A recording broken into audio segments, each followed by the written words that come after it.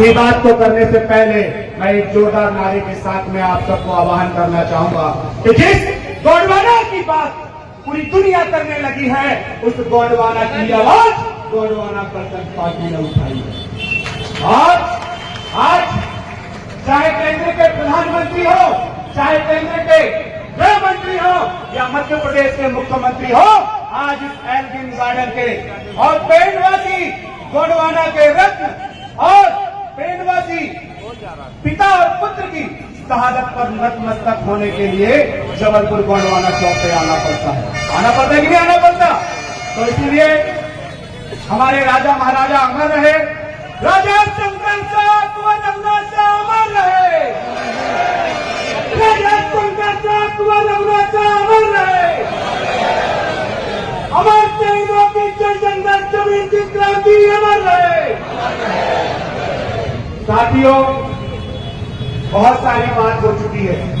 मैं कुछ बिंदुओं में आपको इस मंच के माध्यम से संबोधित करना चाहूंगा, क्योंकि सुबह का सेशन भारतीय जनता पार्टी से चुनके गए विधायक और मध्य प्रदेश के मंत्री बने मोहन यादव जी आज इस मंच के माध्यम से अपनी बात को रखे। और छत्तीसगढ़ में भी आदिवासी विधायक हैं, जहां से हमारे तिलेश्वर हीरा सिंह मरकाम जी अपने आदिवासियों की आवाज को विधानसभा में बुलंद करते हैं। वहां पर भी जब विश्व आदिवासी दिवस मनाया गया तो किसी विधायक, सांसद, किसी मंत्री और तो और इस देश का आदिवासी राष्ट्रपति, राज्यपाल भी जो है आदिवासियों के लिए संबोधन नहीं करता। ये हमारे गौरव की बात है कि हमारे लिए सर्व की बात है। इस पर भी चिंतन करने की आवश्यकता है।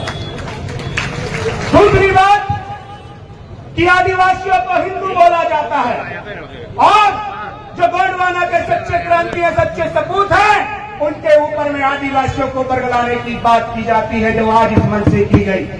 तो मैं अपनी बात को रखने से पहले कि आप हिंदू हैं, इस प्रकृति को मानते, इस गोंडवाना की संस्कृति को मानते हैं, तो मैं सभी को जो है आह्वान करता हूं कि सब खड़े होकर संकल्प करेंगे, फिर इसके बाद अपनी बात को रखेंगे कि हम हिंदू हैं कि हम आदिवासी हैं। यदि हम आदिवासी हैं तो खड़े होकर कि हम जो है आदिवासी प्रकृति धर्म को मानते हैं, संस्कृति को मानते हैं, और जो हमें हिंदू बोलेगा हम उसके खिलाफ में डंडा ठंडा लेकर खड़े हो जाएंगे। ऐसा हम संकल्प करेंगे।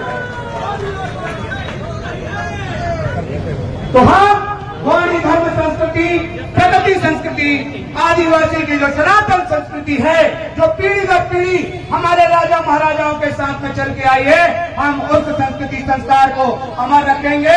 उसके लिए संघर्ष करेंगे। आगे हाथ कर लीजिए और बोलिए कि हम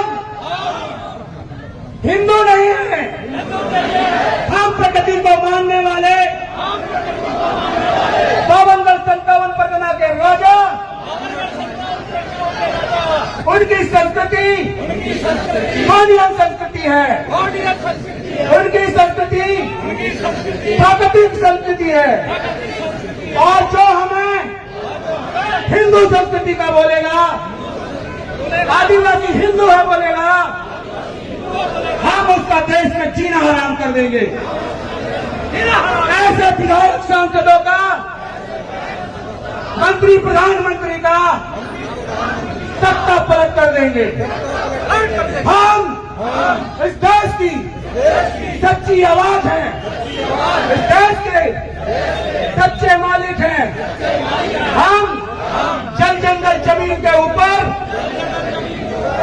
अन्याय अत्याचार नहीं सहेंगे। बोलो जोहार जय आदिवासी, जोहार जय गोंडवाना। बहुत बहुत धन्यवाद साथियों। अब मैं अपनी बात को कर्म से रख सकता हूँ।